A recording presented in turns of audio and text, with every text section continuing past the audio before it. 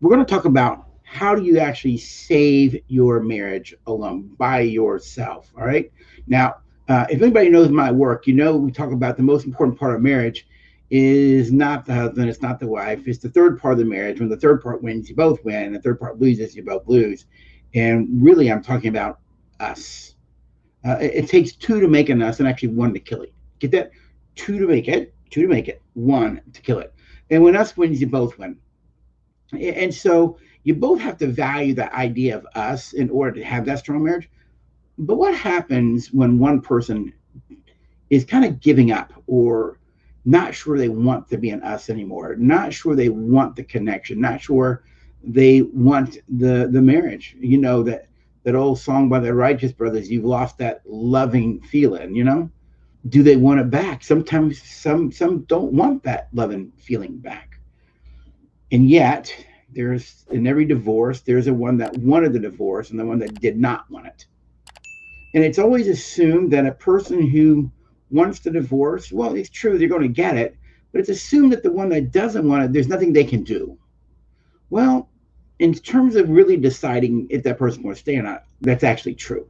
However, there are things that you can do when the marriage is distressed, when the marriage is struggling. There are things that you can do that will increase the likelihood that you can reconcile, reconnect, regain that love and feeling that you lost and have a healthy, strong marriage. In other words, there are some things that you can do to save your marriage alone. And if you're in that situation right now, by the way, and you're listening to me, I want you to know I'm not going to tell you it's going to be easy. It will be frustrating.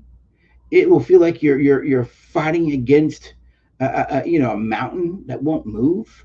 It'll feel as if you want to give up at times. There's a part of you that's like, what's the use in this? And you'll have to find that reason within yourself. Hopefully, it's because you still love that person, and there may be other reasons. All right, Dr. Scott Stanley talks about the two types of commitment in marriage.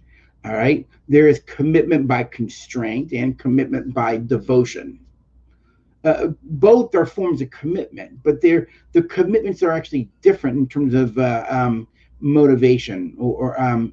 In other words, commitment by devotion. It means that I love you. I am devoted to you. I feel it inside of me. It's intrinsic. It's internal motivation.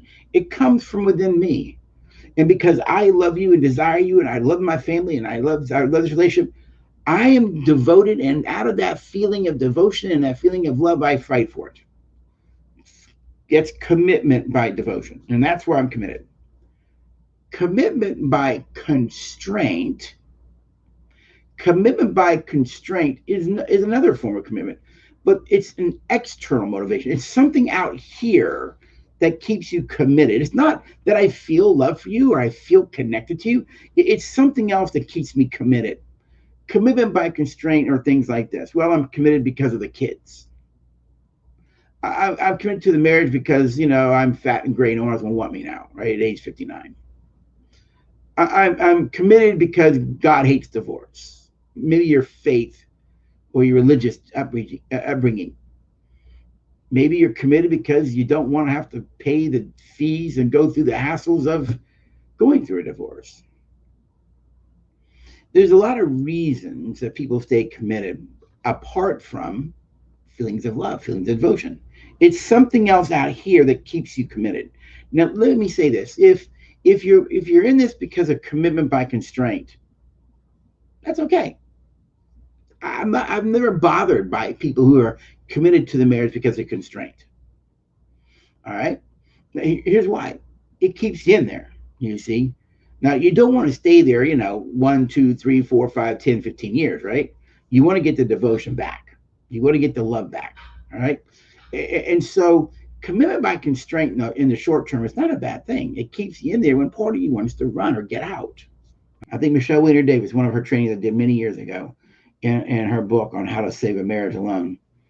Um, I think she even says in her own practice, and she's like, top of the top of the tier in marriage therapy and therapists in the country, actually in the world, in my mind.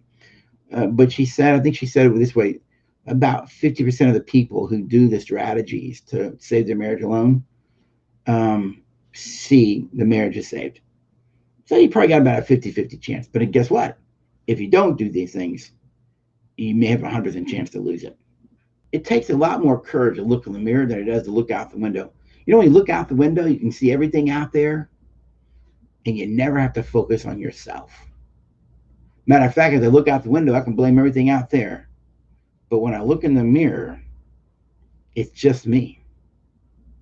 And what I had to learn was, what am I doing that contributes to the problem in us? And I'll fix it. Two, to make an us, one, to kill it. These are things that you can do to fight for your marriage, even though your partner does not want to. Hope this has been helpful, and I hope you all have a great day.